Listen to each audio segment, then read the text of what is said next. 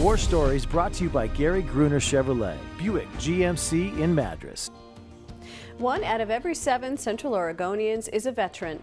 In our weekly War Stories series, sponsored by Gary Gruner Chevrolet Buick GMC, we introduce you to the stories of Central Oregon war veterans, some who made it back from their war and some who didn't. Tonight, we introduce you to the story of a World War II veteran from Redmond named Charles Clement.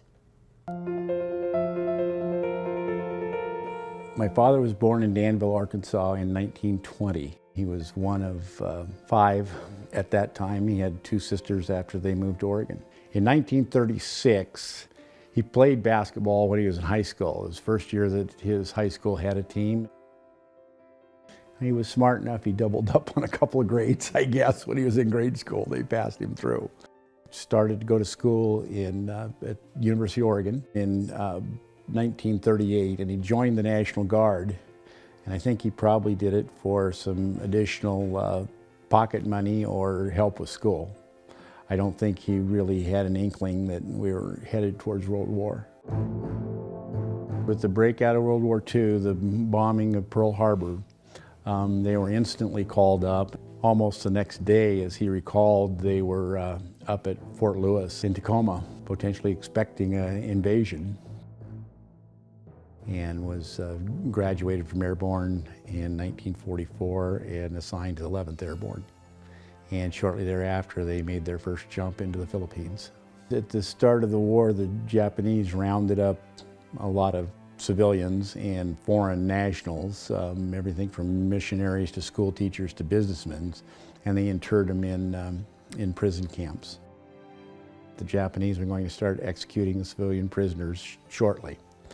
And on his 25th birthday, February 23rd, 1945, they jumped into an open field a few yards from the wall, the perimeter of the camp. They knew that the Japanese all came out and did exercises in the morning and had their armaments up by their barracks, and so they cut off the vast majority of the Japanese guards from their arms. And as he recalled, he was the 3rd man through the wire. He was amazed that it went so well. They had to walk them miles down to a lake where they were met by amphibious tractors. They were kind of in a hurry because there was a Japanese armored division in the area, and a company of paratroopers really didn't have an answer for any sort of heavy armaments. And he just remembered walking these people down and just trying to hurry it on and execute the mission. He returned to University of Oregon after the war. He was introduced to her in 1947, and they were married at the end of 1948. And when I was a child, which would have been in the early 50s, got his teaching certificate, and then we moved over here in 1964 when he accepted a position at Redmond High School. He taught school and for a while was head of the math department. He was the teachers' union negotiator in contracts, and he worked like a devil on this farm. Never gave up farming. You know, in his later years, it was just an enormous garden. But him and my mother both loved gardening. My parents were married for 58 years before my mother passed away in 2006. We had to go catch our flight at halftime of the Super Bowl, and the next morning Marcia called and said that he had passed in his sleep in the early morning hours of February 6th.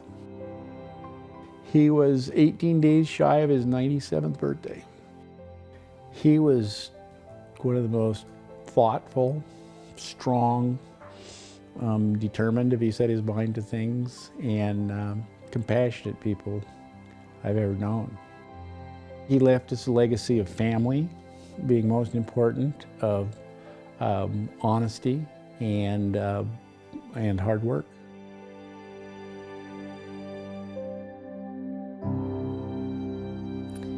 Thanks to Charles for sharing his father's story, and thanks to our War Story sponsor, Gary Gruner Chevrolet Buick GMC, for giving us the time and resources to tell the stories of Central Oregon war veterans every Monday night here on Central Oregon Daily. And we'll be right back.